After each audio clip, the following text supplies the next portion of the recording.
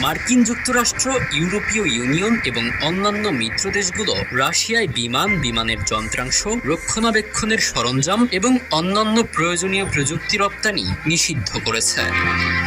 এর ফলে বোয়িং এবং এয়ারবাসের মতো প্রধান বিমান নির্মাতারা রাশিয়ায় তাদের বিমান বা যন্ত্রাংশ সরবরাহ বন্ধ করে দিয়েছে। তবে পুতিনের এই রাশিয়া যেন ভিন্ন কিছু, তারাও হেঁটেছে তাদের নিজস্ব পথে। সম্প্রতি রাশিয়ার কমসোমলস্ক-অন-আমুরের আকাশে ঘটে গেল তেমনই এক ঐতিহাসিক ঘটনা।